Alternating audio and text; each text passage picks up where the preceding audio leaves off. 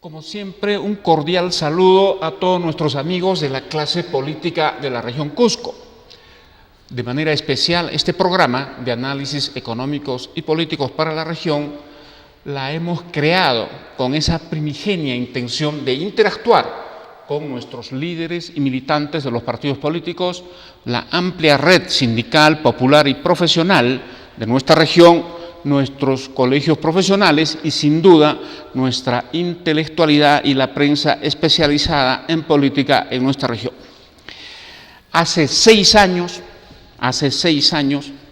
un sábado como hoy, primer sábado del mes de marzo del año 2009, empezó la producción de este programa, con la conducción de quien os habla, el doctor Carlos Dávila Rojas, y de mi compañero de conducción, el licenciado Vladimiro Guevara Candia. 6 años de programación ininterrumpida. No hemos dejado de salir al aire, salvo por problemas técnicos y de urgencia. Pero por lo demás hemos cumplido con emitirla, sabiendo que este es un programa de servicio a nuestra democracia y a nuestra economía de mercado. Nosotros no cobramos por este programa, eso siempre lo hemos señalado. En ese sentido, es para mí mi servicio civil, porque me gusta la política y como economista estoy obligado a generar comentarios, opinión, de una manera que entienda nuestro pueblo esto que tradicionalmente lo han hecho un poco complejo, un poco difícil. Cierta tradición de economistas que a veces, hablando lenguaje técnico, no se deja entender. La economía es lo que hace la gente al decidir consumir, producir e intercambiar. Y esos fenómenos es bueno entenderlo asociado a la interacción con las políticas públicas en un mundo cada vez más interdependiente, que justamente la denominamos como el proceso o el contexto de globalización. 6 años, por lo tanto, de entrega de análisis económicos y políticos para nuestra gran ciudad del Cusco, y luego, hace aproximadamente 2 años, este programa se repite en las principales ciudades de la región Cusco.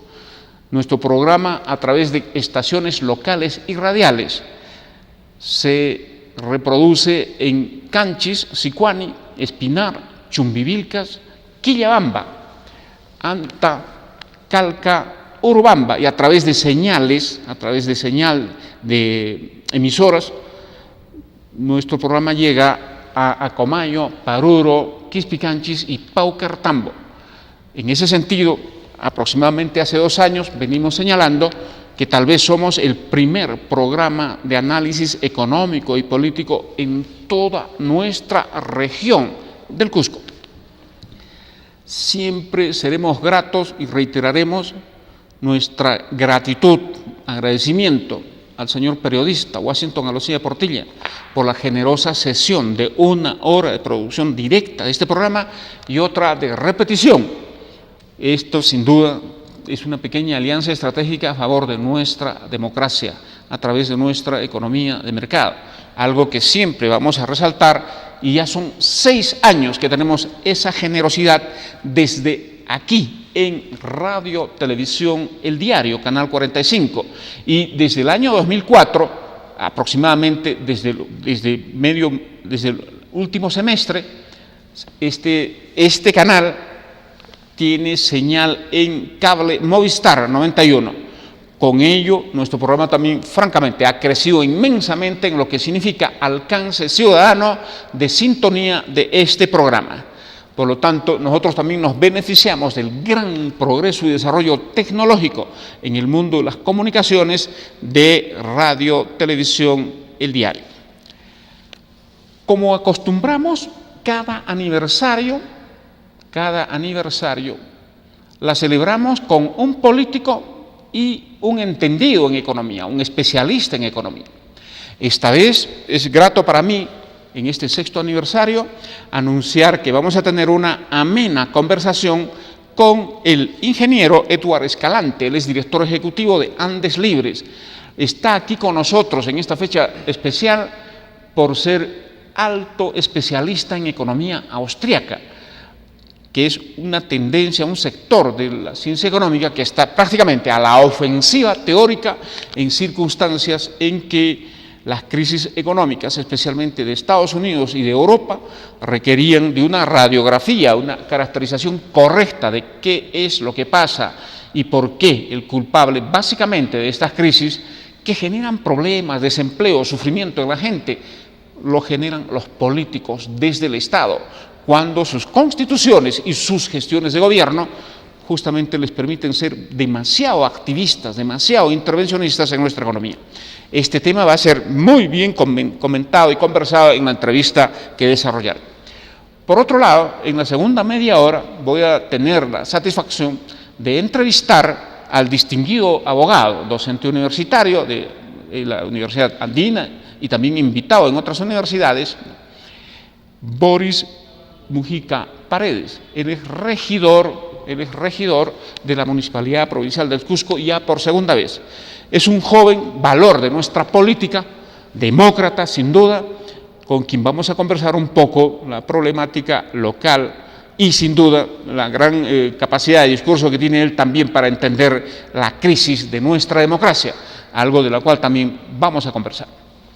Antes de sostener la entrevista con Edward del Instituto de Andes Libres, quiero señalar que en estos 2 años de programación de poder y desarrollo regional, básicamente hemos centrado nuestra producción en aspectos de orden económico y político. Por el lado económico hemos estado comentando y analizando permanentemente qué es lo que pasa en nuestra economía y qué es lo que pasa en la economía internacional o en la economía mundial. En estos 6 años, por el lado de nuestra economía nacional, hemos venido comentando por qué nuestro país crecía bien y creció efectivamente hasta el año 2013 aproximadamente. Teníamos un mercado externo favorable a nuestras exportaciones, nos compraban bastante y los precios eran buenos. Perú tiene una economía abierta y son las exportaciones las que jalan, es la locomotora de nuestra economía. Pero el año 2014 se nos ha presentado con fuerza una desaceleración, que es justamente la disminución de la demanda de nuestras exportaciones de los gigantes de la economía mundial. Estamos hablando primero de Estados Unidos, luego de la Unión Europea y últimamente del gigante de la República Popular China. Esto sin duda ha afectado bastante a nuestra economía, al extremo de haber crecido solo 2.3% el año 2014, algo de la que no vamos a salir fácilmente este año. Esperemos que se reactiven esas economías, que salgan de sus crisis, que procesen reformas estructurales para lograr un crecimiento económico sostenido de largo plazo, un poco más sano, algo de lo que vamos a hablar con Edward, especialmente la crisis europea, porque aquí hay mucho que cuestionar a los políticos, mucho que cuestionar al intervencionismo de los estados. Por el lado también de la interacción de nuestra economía con el sector externo, hemos señalado de que hay aspectos de política interna, mucho ruido, mucha crisis, mucha pelea del gobierno con la oposición que hace dar miedo simplemente a los inversionistas. Por un lado, se nos achica el mercado externo, producimos menos, damos menos empleo y por otro lado, en vez de que el gobierno lidere la confianza, lidere el mejor acuerdo posible con la clase política nacional, para enfrentar estas adversidades y despejar todas las trabas o dificultades que tenga la inversión, el gobierno se ha dedicado a insultar, a pelear, a hacer seguimientos, al extremo de que incluso ha llevado tal crisis a la renuncia de varios de sus congresistas, que ha hecho que el actual gobierno ya no sea mayoría en el Congreso. Ahora la primera mayoría es el fujimorismo con 37 congresistas y el gobierno que se ha quedado con 30 o 31 y otra dispersión de pequeños bloques que componen el Congreso. Habíamos señalado de que sin duda el ruido político no ayuda a una economía en crisis, el ruido político no ayuda a mejorar el desempeño y el performance de algunos actores básicos o componentes básicos del crecimiento de la economía o del buen desenvolvimiento. Estamos hablando de cómo mejorar las exportaciones, cómo mejorar, ampliar las inversiones privadas, cómo lograr un mejor gasto público en términos de calidad, entre otros. Estos tres componentes o motores del crecimiento económico hoy tienen dificultades y un mal escenario, un escenario crispado de la política, de peleas entre el gobierno y la oposición, no ayuda a que estos motores de la economía puedan reiniciar la reactivación, puedan mejorar su desempeño, entre otros. Con esta breve introducción, quiero presentar al ingeniero Eduard Escalante, director ejecutivo de Andes Libre, un experto en economía austríaca. Él ya está en el mundo de nuestra academia haciendo cursos, seminarios, diplomados, y está acá en nuestro programa para regalarle al público una interesante entrevista y comentarios sobre qué es la economía austríaca y cuáles son los grandes aportes hoy en la época, especialmente políticas públicas. ¿Qué nos dice la economía austríaca para, primero, cómo diagnostica la crisis, cómo podemos superarla? Y vamos a hablar un poquito del Perú, pero especialmente del peor escenario de lo que no debe hacerse en economía, la crisis europea. Eduard, gustazo tenerte a ti acá en el 6º aniversario de Poder y Desarrollo Regional. Por favor, empezamos con tu saludo y una primera aproximación o definición de los grandes lineamientos de lo que hoy es la economía austríaca. Bueno, muy bien, muchas gracias, Carlos, por la invitación. Ha sido muy generoso. Primero que nada, quiero felicitarte por estos 6 años. Dedicarse a la difusión de ideas en nuestra región de Cusco es una tarea casi heroica, digna de mucha admiración, y entonces vayan mis congratulaciones en esta fecha especial. Yo pienso que, como tú, me gusta también la economía. Soy un ingeniero de formación, siempre digo que soy un economista de oficio, y discurriendo sobre las palabras que han sido, como he dicho, muy generosas sobre lo que has dicho de mí, yo prefiero no hablar exactamente de economía austríaca, yo prefiero hablar un poco más de buena economía o mala economía, ¿no? Me parece que hay que distinguir eso. Cuando hablamos de economía austríaca, nos referimos a un enfoque económico que se aleja un poco de la economía, digamos, mainstream, la economía de la corriente predominante, lo que se enseña en todas las cátedras universitarias. Lo que nosotros difundimos en Andes Libres, o lo que empezamos difundiendo, era un enfoque económico distinto de lo que se enseñaba en otras universidades o lo que se enseñaba en otros institutos, en otras cátedras. Era un enfoque, o es un enfoque, que ha tomado, como has dicho bien tú, mucha fuerza, mucho vigor en los últimos años, debido a que este enfoque, llamado austriaco por la nacionalidad de sus fundadores hace casi 100 años, ha proporcionado explicaciones quizás más aceptables, más rigurosas a los sucesos económicos de los últimos tiempos. Yo siempre digo que quizás no hay mejor época para ser un economista que estos tiempos, en donde la gente necesita luces, claridad, para explicarse lo que parece ser muy complejo. ¿Por qué hemos caído en una crisis? ¿Por qué no hay crecimiento? ¿Por qué la gente es pobre? ¿Por qué algunos otros países son más ricos? Entonces, a todas estas preguntas que inquietan a muchos jóvenes en la universidad y que de hecho lo hemos visto en los últimos tiempos, hay una juventud que ansía explicaciones, que ansía razones y que están movidos emocionalmente, quizás con justa razón, pero necesitan que la ciencia económica encamine esos deseos, ¿no? Entonces, para eso está el Instituto Andes Libres, y en lo que podamos aportar, haciendo, como has dicho tú, diplomados, cursos, lo estamos haciendo. Lo hacemos, como he dicho, con este enfoque de economía austríaca, que yo prefiero quitarle el austriaco y simplemente decir que lo que hacemos es buena economía, una economía apegada al rigor científico. Efectivamente, este tema, aclarando un poco, eso de economía austríaca es porque el origen de los mejores, los principales economistas, teóricos de la denominada economía austríaca provienen de ese país. Estamos hablando básicamente de Mises, de Hayek. Sí. Entonces, dado que estamos con un público amplio, la idea, vamos a continuar esta entrevista en el sentido de una buena y mala economía. Hay demasiada tradición de la historia económica asociada a las decisiones del Estado. asociados al tamaño del Estado, asociados a la injerencia del Estado en la libertad de producción, consumo e intercambio de la gente.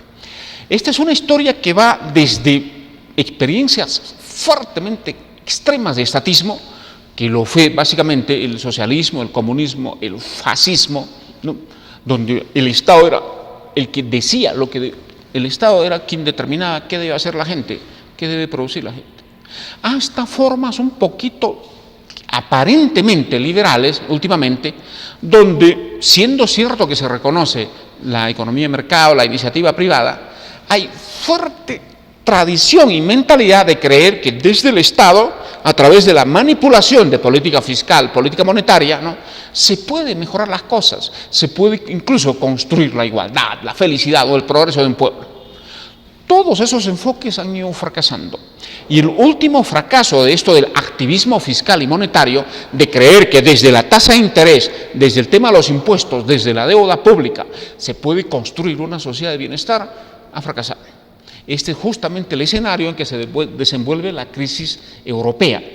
Frente a ese hecho, la mayor y mejor crítica de ese proceso, de ese estatismo, de ese intervencionismo, lo ha procesado los amigos de la buena economía, que provienen justamente de esta tendencia denominada en el mundo académico de la economía austríaca.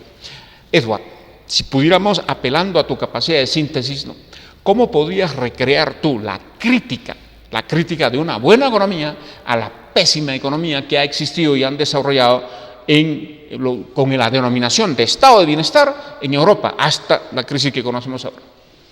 Bueno, para decirlo claramente, pienso que la buena economía es aquella que se apega a la naturaleza humana, aquella que carga o entiende al hombre con sus defectos y virtudes y no lo pretende reconstruir hacia un diseño distinto, ¿no? El marxismo, el comunismo, el socialismo pretendían construir un hombre nuevo, ¿no? Desde la libertad económica, que es la que describe muchos economistas de la tendencia austríaca, pues se entiende al hombre con sus defectos y virtudes, y se entiende el capitalismo como el resultado de la gente actuando en libertad. De manera que yo creo que, como te decía antes, el buen análisis económico parte de un principio bastante importante, que es que los hombres actúan y para hacerlo necesitan ser libres. Entonces, cualquier análisis económico presupone que las personas deben ser libres, lo que nos lleva a concluir que en un análisis en donde hay comunismo y socialismo y hay una intervención estatal, la gente está limitada en su actuación libre. Entonces, el análisis económico se restringe. Lo que estamos estudiando no son las personas intercambiando voluntariamente, sino estamos estudiando las consecuencias de la arrogancia de unas personas que piensan que pueden diseñar o construir la sociedad y que efectivamente se puede alcanzar el paraíso en la tierra con el designio estatal, ¿no? Entonces creo que esa es la diferencia esencial para partir o para dividir el espectro de análisis económico. El asunto de la relación entre el tamaño, la soberbia del Estado y la libertad de la gente es uno de los ejes fundamentales para entender hoy la crítica básica a las crisis que están generando los gobiernos en la economía. Cuanto más decisiones concentra el Estado, cuanto mayor poder tiene el Estado en las decisiones económicas de una sociedad, menor son las libertades, menor son las capacidades de decidir adecuada y racionalmente los individuos. Y muy poco nos dábamos cuenta que cuanto más poder le dábamos al Estado, aún en una economía de mercado, aún cuando hay libertad, pero eso de tener empresas públicas, eso de estar generando controles, eso de estar haciendo crecer el Estado, eso de estar metiendo burócratas en todo lado, eso iba arrinconando la libertad de la gente.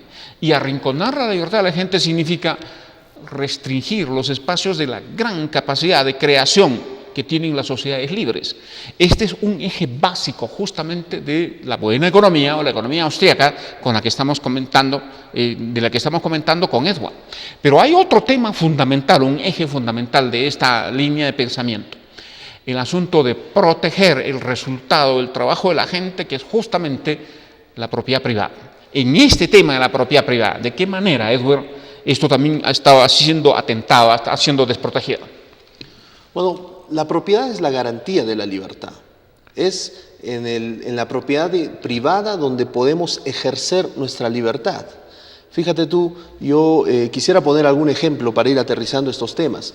No hace mucho, cuando uno trata de explicar economía a los estudiantes o a la gente, puede poner un ejemplo muy simple y decir, bueno, a ustedes les propone una ley el gobierno en donde dice que está prohibido fumar en lugares públicos. Y la gente inmediatamente reacciona, bueno, fumar no puede ser bueno para nadie, y si no es bueno para el que fuma, no lo es para el que no lo fuma, y entonces el que está al lado de un fumador pues se perjudica inevitablemente. Entonces esta ley desde el gobierno tendría razón de ser. Pero cuando la pregunta se dirige en otro sentido y se dice, pero en un restaurante, que podemos llamar un lugar público, ¿quién debería establecer cuáles son las leyes que rigen en ese restaurante? Si debe haber fumadores o no debe haberlos, debe ser el dueño del restaurante. Entonces, eso es respeto de la propiedad privada. Pero cuando el gobierno emite una ley que termina afectando la propiedad privada, digamos, del dueño de un restaurante, lo que se está haciendo es vulnerar la propiedad de esa persona. Entonces, ese es el problema a veces con la economía, que tiende a tener explicaciones que son contraintuitivas, ¿no? Que van cercenando poco a poco la libertad de las personas. Cuando una persona también puede decir, el gobierno emite una ley para que todas las personas hagan servicio militar, o las que tienen entre 17 y 18 años, está obligando a estas personas a dedicar su tiempo a servir al Estado, a los fines que el Estado cree convenientes. Ahí también se está vulnerando la libertad de las personas. Cuando a alguien se le prohíbe y se le dice, bueno, de este tema no se puede hablar en este país, se está cercenando también esa libertad. Y estos son matices un poco más generales, pero se pueden ir estrechando y sofisticando cuando llegamos a hablar de economía.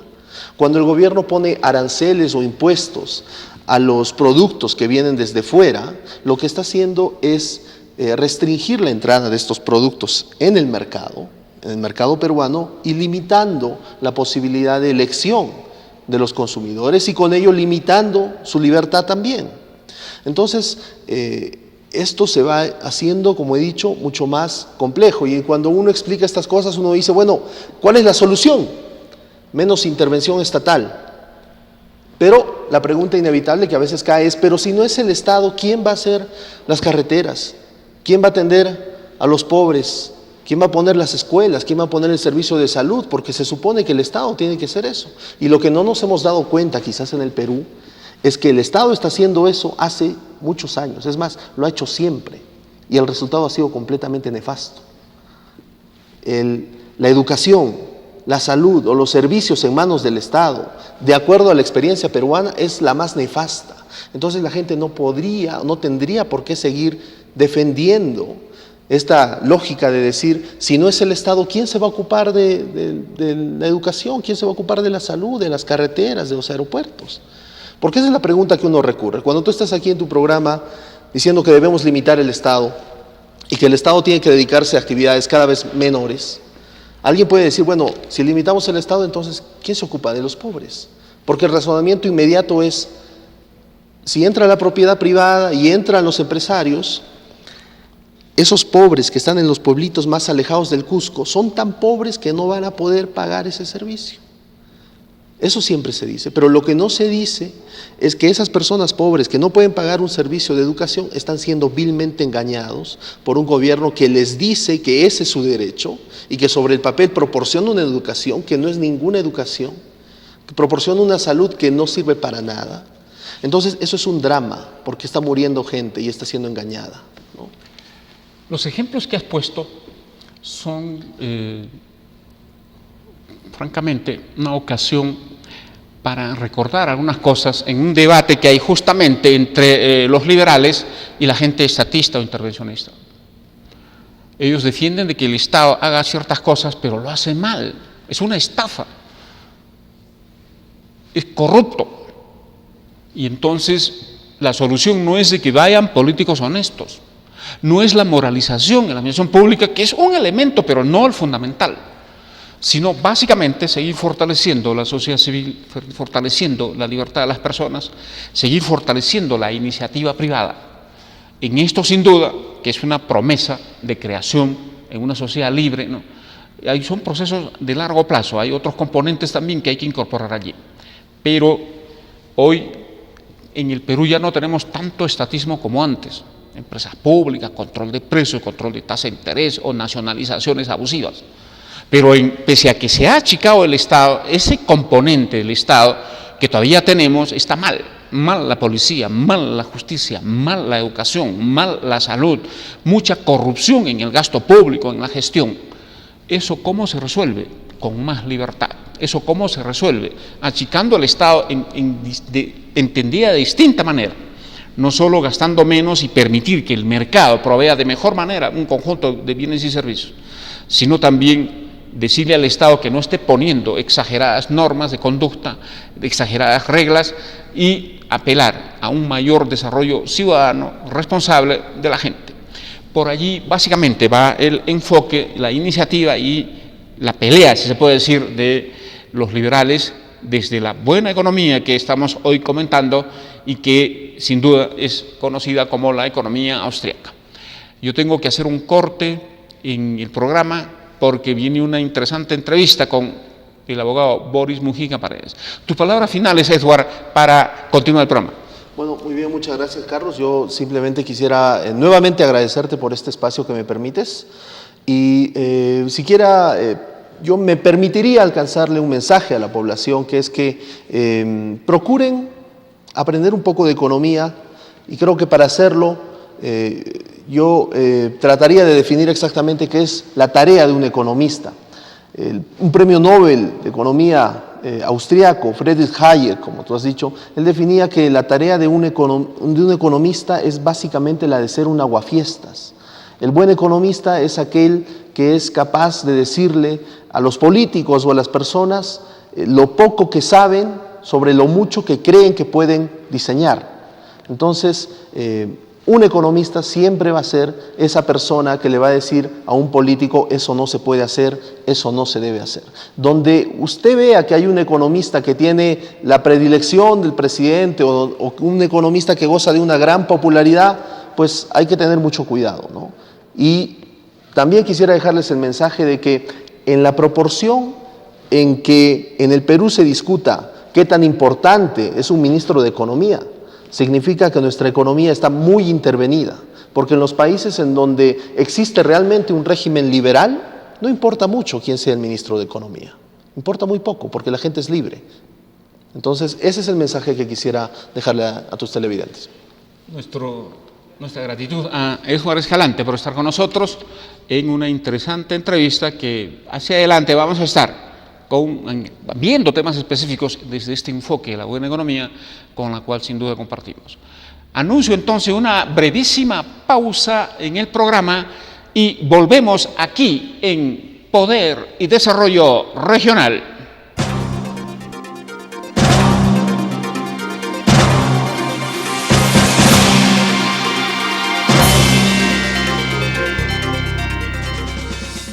Consules, opinión y mercado.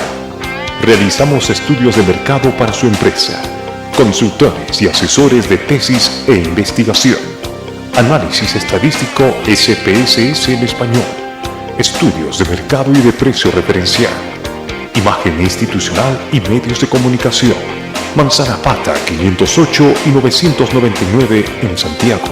Consules, opinión y mercado. Claro tiene para ti una noticia fantástica. ¡Exclusiva! Para todos los claros del Perú. ¡Todos! Prepago, pospago, empresas y para los que se cambien con su mismo número también.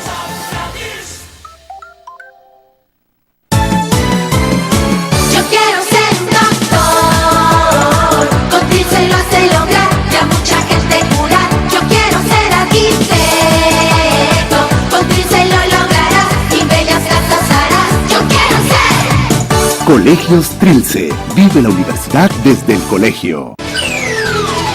Este 2015, RTV Diario tiene para ti el programa de análisis y opinión referente de la televisión en Cusco. Todos los domingos a las 6 de la tarde. Debate. Con la conducción de Washington Alocía. Marcando la diferencia. Programación de avanzada en RTV, el canal de noticias. Siempre con la verdad.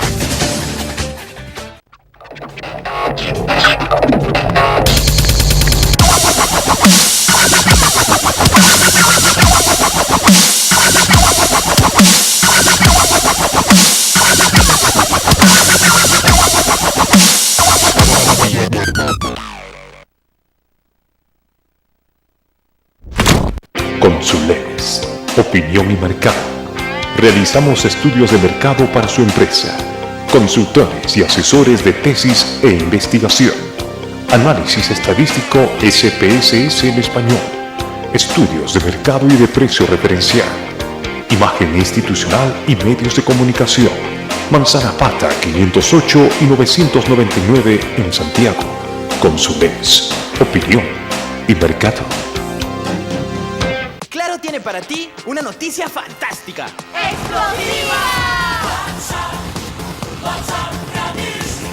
Para todos los claros del Perú. ¡Todos!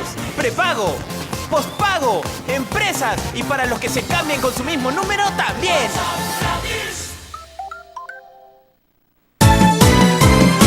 Yo quiero ser un doctor, con Trilce lo hace lograr y a mucha gente curar. Yo quiero ser arquitecto, con Trilce lo lograrás y bellas casas harás. Yo quiero ser. Colegios Trilce. Vive la universidad desde el colegio. Este 2015, RTV Diario tiene para ti el programa de análisis y opinión referente de la televisión en Cusco. Todos los domingos a las 6 de la tarde. Debate. Con la conducción de Washington Alocía. Marcando la diferencia. Programación de avanzada en RTV, el canal de noticias. Siempre con la verdad.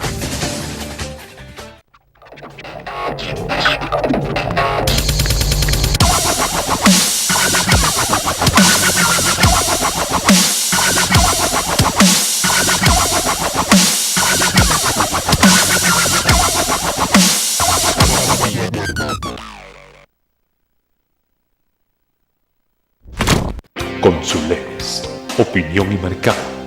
Realizamos estudios de mercado para su empresa. Consultores y asesores de tesis e investigación. Análisis estadístico SPSS en español. Estudios de mercado y de precio referencial. Imagen institucional y medios de comunicación.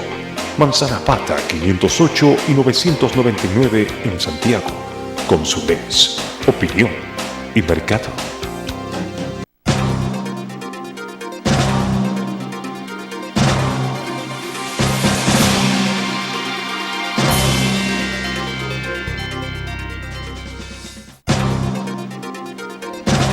Tal como hemos ofrecido en este 6º aniversario de Poder y Desarrollo Regional, tenemos a un distinguido joven político, toda una promesa para nuestra política local y especialmente para la democracia, porque una cosa es ser político, otra cosa es ser demócrata.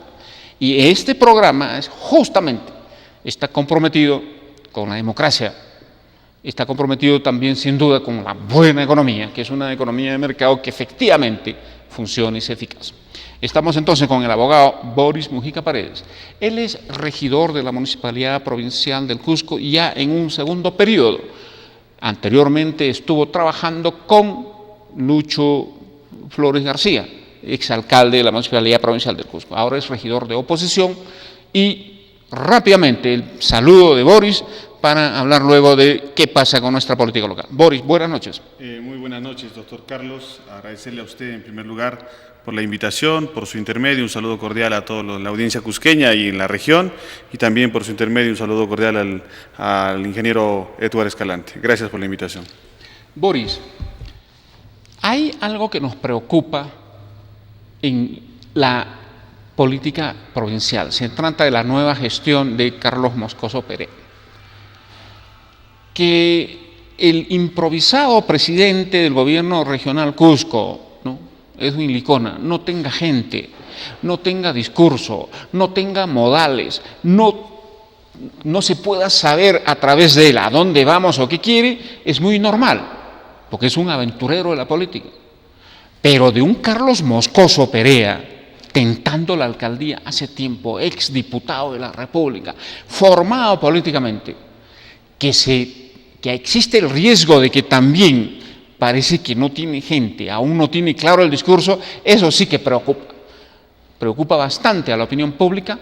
Y en ese tema, ¿qué apreciación podrías tener ya a estos 2 meses prácticamente de gestión que estás, no digo acompañando, de la cual estás cerca a través en tu condición de regidor de oposición? ¿Cuál sería tu comentario en ese tema, Boris? Bien, gracias, doctor. Mire, creo que ese análisis es importante porque no vamos a hablar de su gestión, porque para eso hemos manifestado que vamos a esperar un poco los famosos 100 días que casi que de costumbre se pone como un pequeño parámetro para poderse medir unas primeras acciones a nivel de los gobiernos locales cuando se ingresa a gestión. Pero creo que sí es interesante entender de que creo que las expectativas eran muy altas, ¿no es cierto? De una persona que se había formado para ser político, es más, él siempre lo ha manifestado, él decía que una persona política de formación, había hecho una maestría, un doctorado en España en política y que tenía tentando casi cerca de 12 años a una candidatura a alcaldía. Y el día de hoy, lo que uno encuentra desde el 1 de enero, que es el cargo que él ejerce como alcalde, solo encuentra globos de ensayo,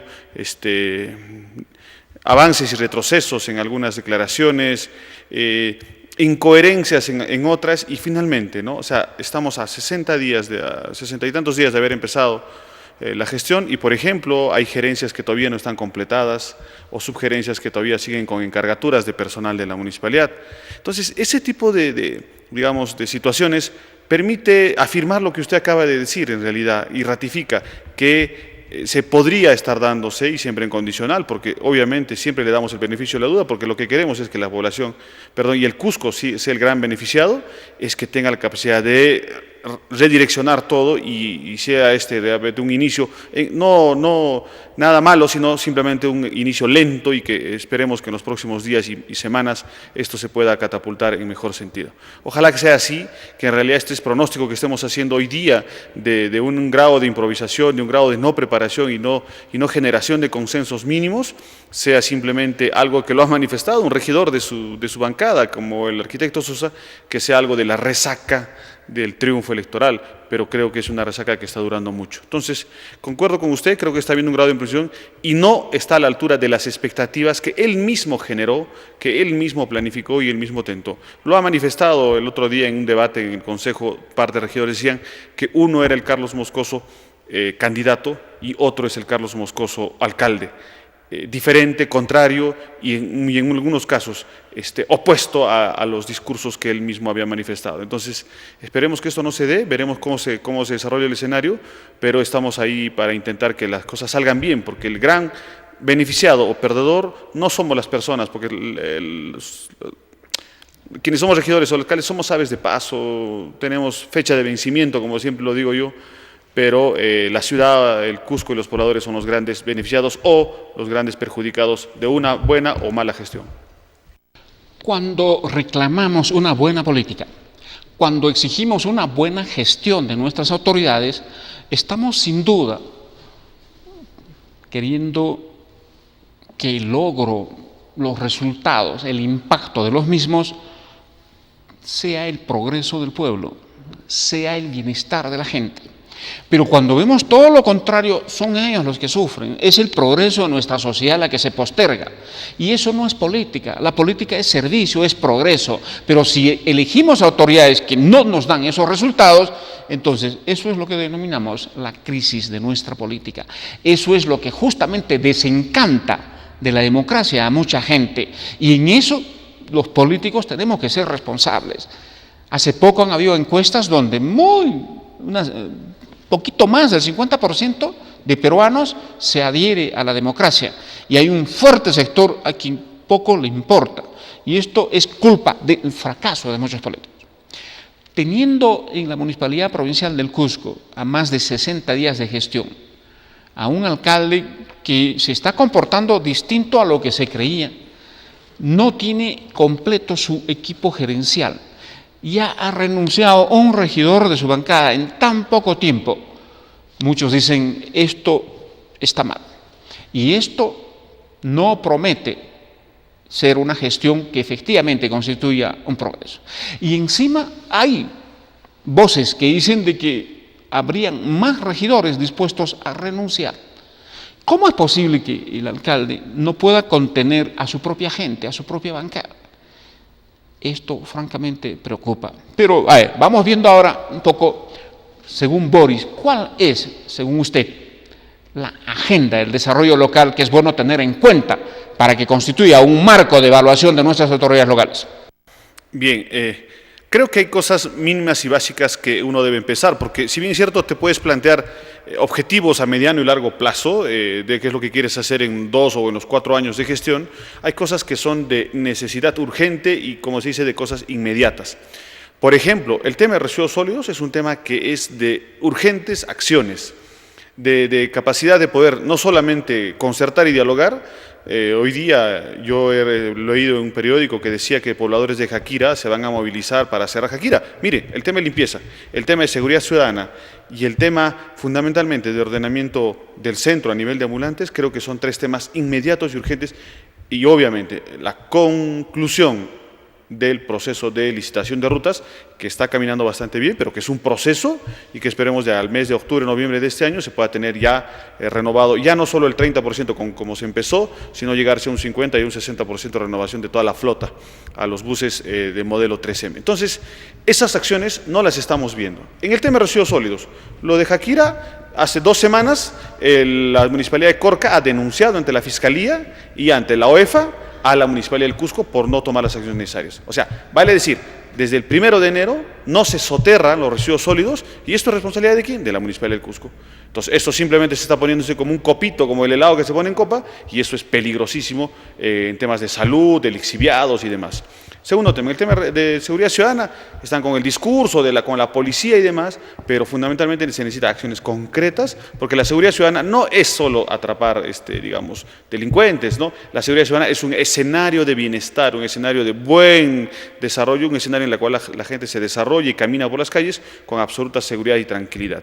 Y tercero, en el tema de transporte, ¿no? O sea, todos criticamos, y lo hemos dicho, yo no puedo calificar profesionalmente al gerente de desarrollo económico porque me parece un buen profesional, pero éticamente no puede estar ahí. ¿Por qué? Porque él fue asesor de los transportistas, y justo es lo que la gran reforma del transporte, que fuimos la primera y única ciudad en el Perú que lleva a cabo un proceso de licitación de rutas. Hoy día hay concesiones, hay arreglos y hay retroceso o lentitud en culminar ese proceso que debería terminar el 2016 con todo al 100% de la flota. Entonces, ese tipo de cosas están siendo paradas. Y tercero, y retomando el tema de residuos sólidos, está el proyecto que ha hecho el Banco Mundial conjuntamente con Copesco aprobado con una factibilidad de más o menos 35 millones, y tiene el presupuesto ya depositado en las cuentas del Estado peruano de $100 millones, porque no solamente es para el tema de residuos de Cusco, sino de otras 2 provincias más, y que debería ya asumirse como iniciar. Creo que esas decisiones políticas son las que se necesitan hoy día para poderse visibilizar un escenario importante al mediano y largo plazo. Mire, usted ha señalado de que son temas urgentes: la basura, el transporte, el comercio ambulatorio y la seguridad ciudadana. Yo creo que, siendo de corto plazo, también, definitivamente, son también de mediano plazo y requiere de políticas, requiere de un cuadro gerencial y visiones y decisiones muy concretas que todavía no la vemos. Esa es la preocupación. Es cierto que hay que esperar el acostumbrado tiempo de espera, que son 100 días, para ver y decir en verdad qué está pasando acá. Pero Boris, a ver, pasemos a la agenda local de mediano plazo. Tú que has estado ya 4 años con Lucho Flores, ¿de qué manera crees que debemos entender y con qué componentes la agenda del desarrollo local provincial de mediano plazo, incluso de largo plazo? En el tema de mediano plazo hay varias cosas, ¿no? Uno puede hablar de ordenamiento territorial. En el fondo hay un plan de desarrollo urbano que se ha, aprobado en 2013, iniciando el 2014. Este plan necesita un escenario de factibilidad y de consenso con todas las municipalidades distritales. ¿Por qué? Porque el importante escenario de desarrollo a nivel de crecimiento urbano, construcciones y demás, no solamente depende de la provincia, sino depende de San Sebastián, depende de Santiago, de Huanchac, de Corca, de San Jerónimo, de Poroy, etcétera, mirando un escenario metropolitano, llamado entre comillas metropolitano, intentando empatar con Quispicanchi por el sur o con Anta por el norte. Entonces, eso es un trabajo a mediano plazo importante, porque hay que mirar el aeropuerto de Chincheros, la nueva vía de habitamiento, o hay que mirar también hacia el sur el crecimiento de los futuros centros escenarios de Sailla, Oropesa, Lucre y demás. Entonces, ese es un primer gran tema. Hay que mirar Cusco al 2021, creo, como escenario del segundo centenario de la independencia. Otro tema importante es, creo, de residuos sólidos, ¿no es cierto? O sea, el proyecto es una cosa, pero hay que mirar el Cusco de aquí 20 años, 30 años y empezar a buscar escenarios digamos, hoy día, hace 2 semanas vino una empresa a plantear la posibilidad de unas plantas de tratamiento de residuos y que sirvan para producir electricidad. Eso tiene otro escenario. Yo cuando pregunté cuál era el negocio me dijeron que era el tema de la electricidad, pero no es la electricidad al kilowatt hora normal de precio de mercado que hoy día lo compra Electrosureste, sino es un precio elevado y eso habría que subsidiarlo. Esos son otros escenarios que en nuestro escenario de la población, todos sabemos que cuando al poblador se le sube 1 sol, 2 soles en la limpieza pública o la electricidad, automáticamente te generas un escenario de crisis social. Eso hay que estudiarlo bien, hay que analizarlo, y yo he manifestado de que me parecería muy bien que a finales de año se pueda tener, o del periodo, un escenario importante. Y tercero, creo que mirar el centro histórico, ¿no? O sea, tenemos una joya que está declarada Patrimonio Cultural de la Humanidad.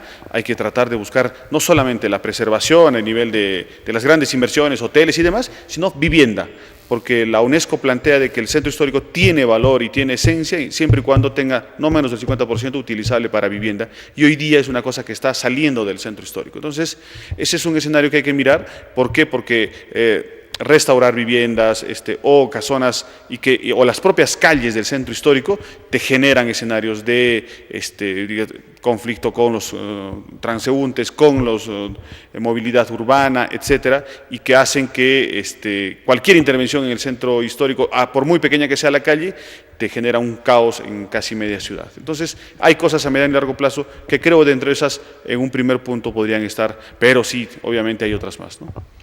Boris, pero hay dos elementos que sería bueno también, ¿no?, comentarlo. Me gustaría escuchar tu punto de vista. ¿Cómo está la agenda ambiental en nuestra ciudad? Y un tema que es de fuerte preocupación, y muy pocos lo dicen así con su nombre: crisis del agua. Aquí tenemos, no sé si esté garantizado el agua para cada 10 años. Y segundo, por ejemplo, volviendo al tema ambiental, ¿no?, asociado a la crisis del transporte, mucho carro, mucha congestión, pérdida de tiempo, accidentes, ruido y polución, contaminación. Estos dos temas, ¿cómo se incorporan en la agenda de mediano y largo plazo del desarrollo local?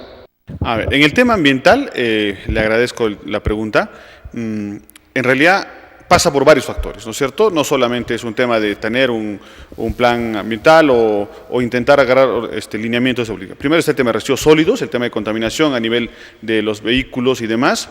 Y tercero, el propio comportamiento de la población.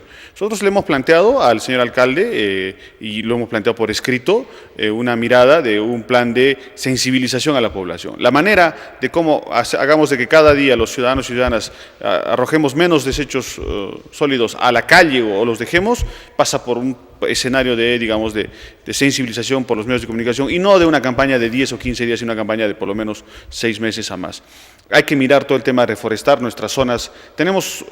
Cusco es un valle rico en cuencas, tenemos varias cuencas y entonces tenemos que forestar y deforestar, porque el nuevo plan de desarrollo urbano te genera escenarios de zonas de peligro o zonas de riesgo que te permiten ya con objetividad tener los puntos críticos donde tenemos que trabajar afianzamiento de taludes y reforzamiento de las laderas para poder mitigar cualquier situación. Y finalmente, en el tema del agua, que usted lo ha planteado, lo tomo como agenda. Hace 2 semanas estuvimos conversando a nivel de los regidores de minoría y creemos que este punto del agua para mirar los futuros 30 años del Cusco tiene que ser un tema clave. Ante esto yo lo pongo como balanza. El 2012, el SEDA Cusco le pide al gobierno regional que le ayude a financiar, por ejemplo, cambiar la línea principal de Piuray que trae el agua para Cusco, que costaba 35 millones de soles. Pero el gobierno regional hace caso omiso a eso y decide invertir 96 millones en un estadio cuya plata se gastó cerca de 50, ni siquiera para construir algo, sino para destruir un estadio. Entonces,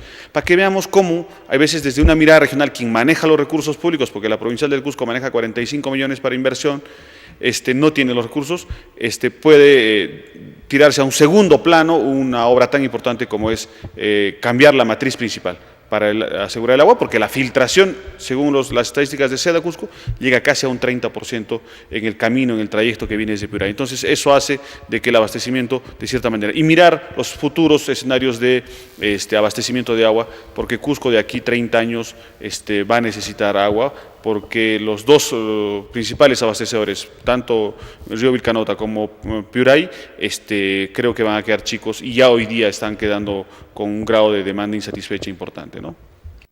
Como habrán podido observar nuestros distinguidos televidentes de la región Cusco, conversar con Boris Mujica en verdad es ilustrarse, informarse. Estamos hablando de un regidor que sí tiene bien claro la problemática. Ese tipo de políticos y funcionarios necesitamos, ese tipo de autoridades y representantes, porque hablar de política y ir a servir al pueblo en determinados temas es conversar con ellos y decirle cómo estamos viendo los problemas. Y sin duda, muy preocupante la agenda del desarrollo local de nuestra provincia del Cusco, y en ese contexto se hace más preocupante esta duda, esta inquietud que nos está dejando Carlos Moscoso Perea con su actitud en la que no tiene todavía bien claro las políticas, no tiene bien claro su plana gerencial, y más aún cuando se le empieza a ir su propia gente, algo que, por favor, ojalá no se traduzca en una gestión desastrosa, porque el Cusco no se lo merece.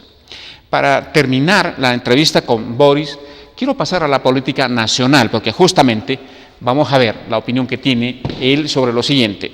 Boris, primero que ya se adelantó las elecciones para el año 2016. Hay encuestas que nos hablan de tendencias que hasta el momento no se mueven y no cambian. Tendencias electorales en las que Keiko Fujimori va primero, PPK, Pedro Pablo Kuczynski segundo y Alan García tercero. En ese escenario, que durante muy buen tiempo no se mueve, la gente está empezando a hablar de un posible espacio de outsider. Y el posible espacio de outsider ahora prácticamente en nuestra política nacional se está desvirtuando, porque outsider ahora es cualquiera que compra su boletito y de repente puede salir como un aventurero. La clásica versión y origen del outsider no era eso. La clásica versión y origen del outsider fue cuando la crisis de la clase política está por los suelos, las esperanzas perdidas, líderes que ya no existen ni tienen respaldo, y sale por ahí alguien. Ahora no estamos, aun cuando el desencanto contra el gobierno y muchos políticos es grande, tenemos estructuras de partidos, hay líderes fuertes. En ese escenario, por lo tanto, ¿qué opinión tienes tú sobre esta preocupación de un posible outsider que termine cambiándonos toda la tendencia política hacia el 2016? Bien, estamos a un año y digamos, casi un año de las elecciones, porque van a ser en abril del 2016 las elecciones generales. Y creo que la tendencia por ahora está fundamentalmente a los tradicionales candidatos de los últimos años, ¿no? Como es la señora Keiko Fujimori, está Pedro Pablo Kuczynski y Alan García, los cuales consumen, según las encuestas, casi el 80% de las preferencias. Hay un 20% que está indecisos y demás, que podría ser el colchón que pueda darle, digamos, crecimiento a un posible outsider.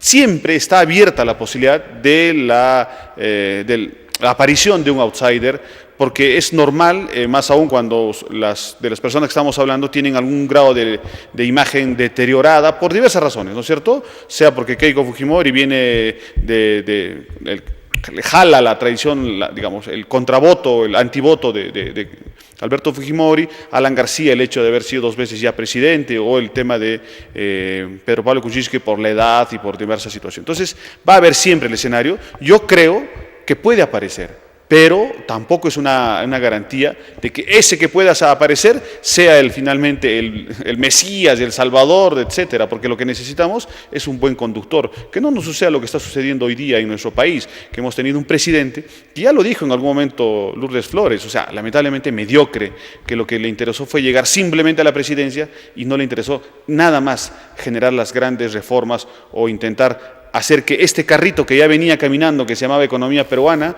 que no se hizo grandes reformas en los últimos 20 años, lamentablemente empiece a desacelerar y a frenar, y eso le haga efecto contrario a la población, que es la que finalmente sale beneficiada o perjudicada. Entonces, creo que la población tiene que mirar más allá de las personas, porque finalmente lo que nos damos cuenta es que el que llega al poder no siempre es el que gobierna, sino que es todo un equipo, un montón de situaciones que finalmente te permiten mirar eso. Yo creo que el outsider se puede dar, yo espero que no, porque vemos a un Urresti queriendo escenificar esa situación del outsider o mirar otro, y creo que no, el outsider no tiene que ser alguien que sea una producción mediática, sino que si es que hay un outsider, que sea una producción eminentemente intelectual y académica, porque eso sí nos podría garantizar un escenario nuevo, pero en el fondo creo que hay mucho pan por rebanar, tenemos todavía creo hasta el mes de agosto donde vamos a tener algo más de claridad sobre el tema. Muy cierto ese asunto de los plazos. Luego del último discurso del presidente Ollanta de su mandato, que es en julio de este año, recién va a estar un poco más claro la posible fotografía que vamos a tener hacia las elecciones del año 2016. Lo cierto es de que se ha desvirtuado este espacio del outside. El exministro, un patán inepto como Daniel Urresti, exministro de Economía del Interior de Humala, ¿no?, se cree outsider o quiere ser el outsider. Ha salido un empresario, ¿no?, que vende pizzas, Mauricio Descanseco, que también está sacando firmas y dice que quiere ser el outsider. Has dicho en antes, Boris, ¿no?, por favor, se necesita imagen, discurso, presencia, equipo. Evalúen con esos criterios a los posibles outsiders. Y ya tendríamos dos cocineros como amenaza de outsiders, uno Gastón Acurio y otro Mauricio Descanseco. Por ahí me dice que más cocineros saldrán estos días. Cuidado que en las elecciones del 2016, lo que conocíamos como mixtura, una feria gastronómica en base a importantes empresarios culinarios, termine como una mixtura política con cocineros como candidatos. Eso no ayuda a la democracia, eso no es fortalecimiento de nuestra democracia. Hay que tener mucho cuidado entonces en hacerle seguimiento a este fenómeno que todavía ocurre en nuestra política en los marcos de su crisis, en los marcos de cierto desencanto que generan justamente malos gobernantes y malos representantes. Con esto, por favor, quiero terminar el programa haciendo un brindis por el 6º aniversario de Poder y Desarrollo Regional, ocasión con la cual, por favor, quiero reiterar que mi compañero de conducción, el licenciado Vladimiro Guevara Candia, que hoy día no pudo acompañarnos, ¿no?, también está naturalmente presente en este brindis, y la distinguida participación en muchas ocasiones acompañándonos en la conducción de la economista Rosemary Moscoso Valero.